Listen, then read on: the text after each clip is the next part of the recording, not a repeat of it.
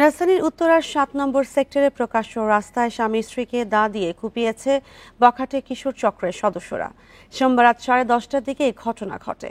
ঘটনার পরপরই দুই হামলাকারীকে গণপিটুনি দিয়ে উত্তরা পশ্চিম থানা পুলিশে সোপর্দ করে স্থানীয়রা। আটক হওয়া ব্যক্তিরা হলেন মোবারক হোসেন ও রবি রায়। স্থানীয়রা জানায়, এই বখাটে কিশোর চক্রটির সদস্যরা উত্তরা সেক্টরের ভেতরে দ্রুত গতিতে মোটরসাইকেল চালাচ্ছিল। এই সময় তাদের মোটরসাইকেল একটি শিশুকে চাপা দেওয়ার চেষ্টা করে।